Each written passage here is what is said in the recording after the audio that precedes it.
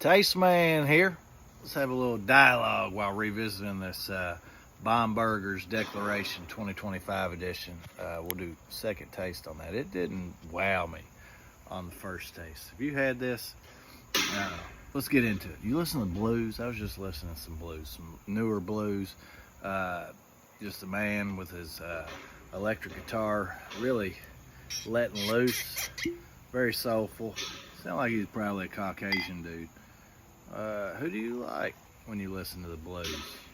Stevie Ray Vaughan guy, Son House, Leadbelly, Robert Johnson, Robert Cray, Joe Bonamassa, or however you pronounce it, Led Zeppelin,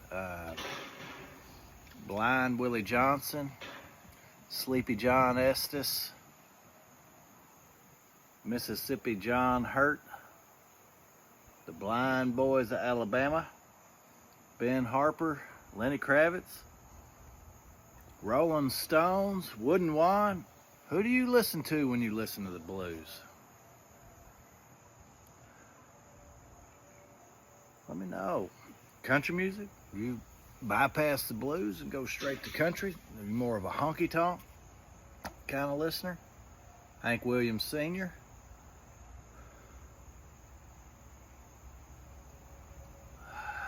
Government Mule? You like the jam band blues? What kind of blues you listen to? Let me know. This Bomberger's is performing better on the nose this time around. Yep, I'm wearing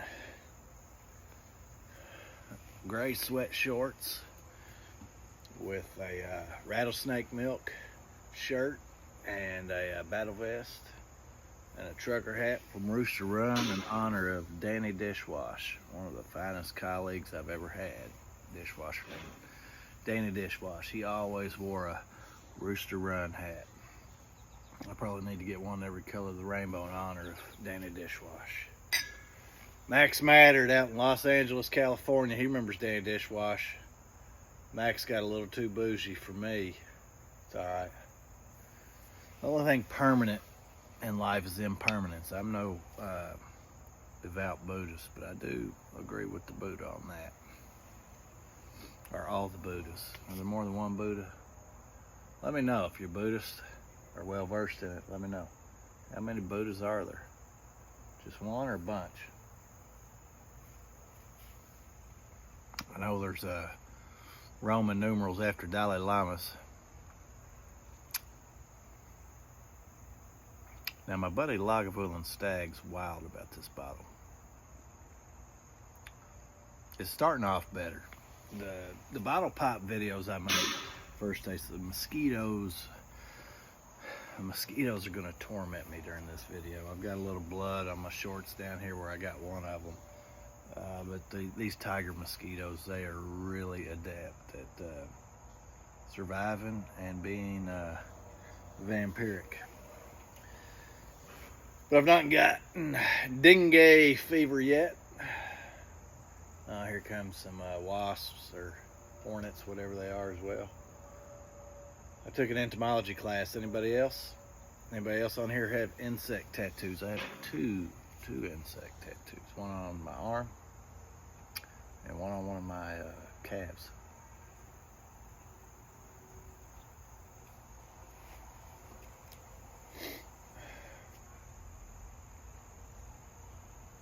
Crickets are insects, right? I love listening to crickets. My wife and son are out of town. They went to Huntington, West Virginia, to Marshall University to watch Zach Bryan in concert at the football stadium. They're gonna have a great time. I'm excited to hear about all the bonding that they do. But I have the house to myself tonight, and I'm gonna start tonight sleeping on the back patio, listening to these wonderful crickets, as well as the interstate traffic. Because the interstate traffic really soothes me, which is a bad thing if I'm driving on the interstate. What about you? I like the nose on this. It's got a good dusty nose. And it's kind of like a refined Booker's, which is interesting because I've never heard of anybody talking about Michter's or Mitchsters. Which is it? Is it Mick, like Mick Jagger or Mick Mars? Or is it Mitchsters like Mitch McConnell? Kentuckians will get that reference. Some will say ditch Mitch, and some will say I love Mitch. I don't talk about politics on here much, but I think he did a lot of good for the state of Kentucky and for the nation, whether you agree with him or not. Nobody's perfect. Nobody's going to come even close to perfection. But I generally distrust political parties, national politicians, but they kind of have an impossible job. I know it's an unpopular opinion to say that their job's impossible, but you're going to tick people off at all times. It's just the nature of the beast, and you're not going to be maximally informed. The best we can hope for is that somebody has a solid moral compass and tries to do well, but they're going to get misinformation at every turn, because lobbyists, no matter what side you're on, whether you're moderate, far left, far right, lobbyists are driven to mold you into whatever they are passionate about or trying to make money regarding. This video won't get any views. I'm sitting around talking about politics. Politics. Who said that? Was it Max Cavalera, Sepultura?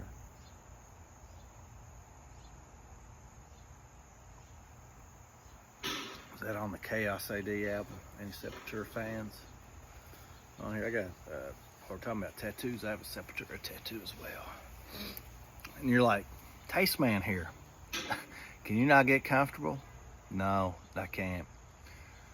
I have something called ADHD, and I don't take medication, so I'm like a living fidget spinner. It's just the way I am. As Eminem would say, because I am whatever you say I am. And if I wasn't, then why would you say I am? Radio only won't even play this jam. I think I probably misappropriated those lines.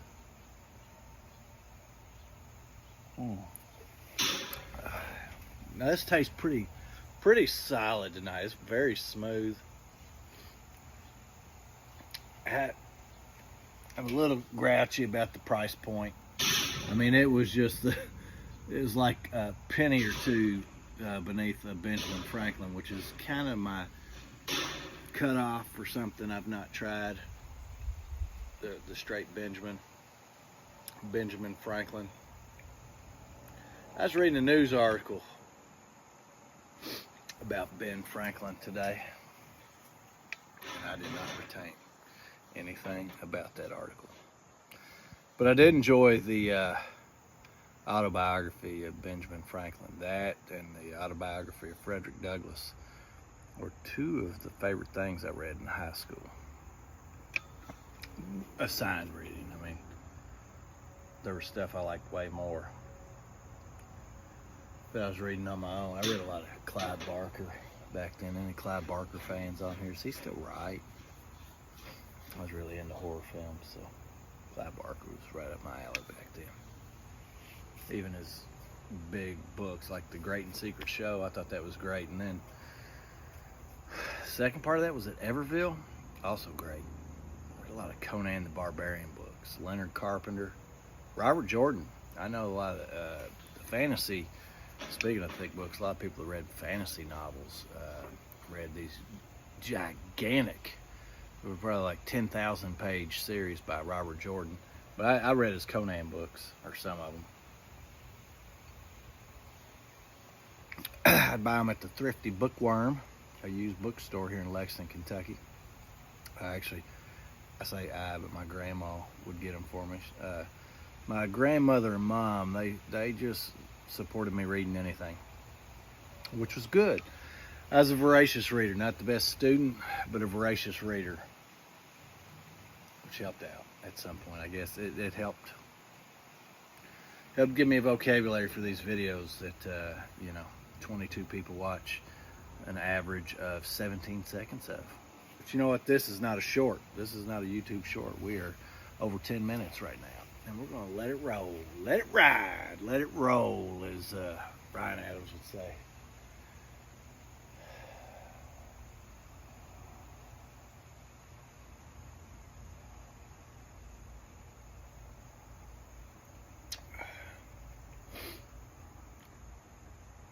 I drank a maximum of 2 nights. Although I shouldn't throw the horns like that. I throw it up in honor of Ronnie James Dio and all the metal bands throughout the decades of my existence, but I shouldn't throw them up tonight. Because tonight is the night before Ohio State, my favorite team along with the University of Kentucky, for Ohio State, who's ranked number 3, is playing Texas, who does this, who's ranked number 1. But I'm going to go ahead and give you my prediction. And I'm going to post this video before kickoff tomorrow. Yeah, we're going to shift into talking about sports, which will really send most of y'all running to the hills, because there aren't many people who want to talk about Clive Barker and sports. But you know what? When you're dialed into a Taste Man Here drinking video, that's what you might get. So let's do it. I'm going to put it on record. I'm no Adam Schefter. I'm no Stephen A. Smith. I'm no Sal Vetri. But I'm going to go ahead and put it on record. Julian Sayin is better than Arch Manning. I think Arch Manning is a fraud. I think he's had too comfortable of a ride up to this point, and he's not faced enough adversity. And I'm not saying Julian Sayin's faced much adversity, but he did have to, sit on the bench last year while Will Howard commandeered the Buckeyes to a championship. But Arch Manning, they anoint him as like this Andrew Luck or Peyton Manning, generational talent. He is not a generational talent. How do I know that? How do I know he's not a generational talent? Because Quinn Ewers was far from starting at Ohio State University. He had to transfer to Texas. Arch Manning was getting preposterous NIL money and sat for 2 years behind Quinn Ewers. Couldn't beat him out. A generational talent, that's not happening. It is not happening. Now, I saw Peyton Manning and Eli Manning both play in person, and they really jumped off the field. They super impressed me in college, especially Eli Manning, because he was down in Mississippi when Mississippi was kind of like University of Kentucky football. I mean, they were floundering. This pre-Lane Kiffin days, pre-Ed Orgeron days. I mean, it was some lean periods. And he impressed me down there, and it impressed me that he went to Ole Miss. I think his dad may have played there, but he could have gone a lot of more A-list places, and he didn't. This is really tasting nice tonight. So anyway, I think Julian Sayin's better. Sayin is he committed to Bama and decommitted when Saban retired, transferred to Ohio State, sat behind Will Howard last year. But when I've watched him warm up, he throws ridiculously well on the move. Granted, it's warm-ups or practice reps, but he's got a zip on the ball that I've not seen anybody at Ohio State have when running on the move. Maybe Troy Smith, but he's got next level when it comes to that. He's not super tall, so he's going to have to roll out some, but I think he's going to be deceptively fast. He can really put it on a rope. I don't know how good his touch is. A lot of high school quarterbacks don't have good touch. But I think he's going to outshine Arch Manning, not just tomorrow or today. I'll probably post this Saturday morning. He's not just going to outshine him today. I think he'll outshine him his entire career. I'm going to go ahead and be on record saying that. I'm also going to be on record saying that I think Ohio State is stacked with future first and second round defensive talent. I mean, you got Caleb Downs, who everybody should know about if you watch college football, but they have many, many, many other elite defensive players, and I think they're going to tee off tomorrow. They're going to embrace this challenge. They're going to embrace playing the anointed number 1 overall pick and the number 1 overall team coming into their house, and they're probably going to be an underdog tomorrow. The horseshoe is going to be rocking. Absolutely 110% rocking tomorrow. And that Ohio State Buckeyes defense is going to come to impress and to get the eyes of those scouts that are there. And I'm going to tell you an offensive player who's going to have a breakout game, Brandon Innis. You don't know. You don't know unless you're an Ohio State fan. Innis. Brandon Innis is going to have a breakout game. He's probably not on YouTube, but if he is, I'll tag him. Jeremiah Smith, I mean, he's likely going to as well. I don't know who's going to be running the ball. I don't know. But, you know, I do hope that Ryan Day lets Hartline actually call plays. That's been a problem with Ryan Day historically. He's micromanaged his coordinators. And, you know, Chip Kelly used to be Ryan Day's head coach, so I think he let Chip Kelly actually do his job. And I hope he's finally let Brian Hartline do that as well. Mike Hartline, speaking of teams I love, his brother Mike Hartline played at the University of Kentucky. He was quarterback. And quite a good one, too. So, all right.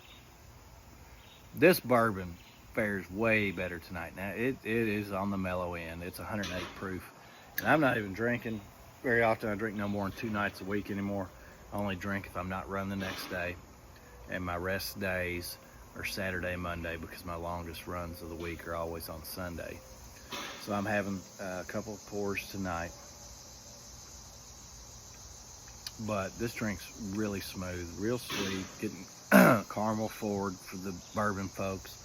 If you made it this far and you're interested in bourbon, I give this a much higher rating than the first taste.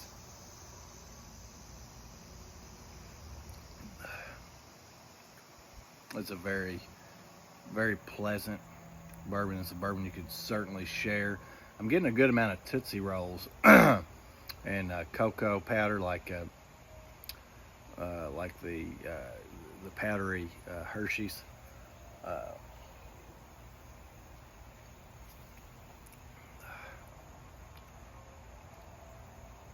That's actually an excellent bourbon.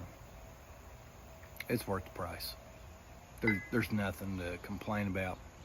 Nothing off-putting about it. It's really, really balanced. I'm glad I got it now. First taste didn't wow me. Second taste is better. All right. So Bomberger's declaration, you had it. What do you think is going to happen in the Ohio State versus Texas game? Listen to Rattlesnake Milk. You ever been to Rooster Run, Kentucky? How many mosquito bites do you think I've gotten during the filming of this video? Drop in the comments. How many mosquito bites? Those hornets are still swirling. They've not stung me yet. You definitely would get a reaction out of me if they had. Because that is high pain. No doubt. All right. I prefer to not have crickets in my comments, so say something. Anything. Even if you want to poke the bear. Cheers.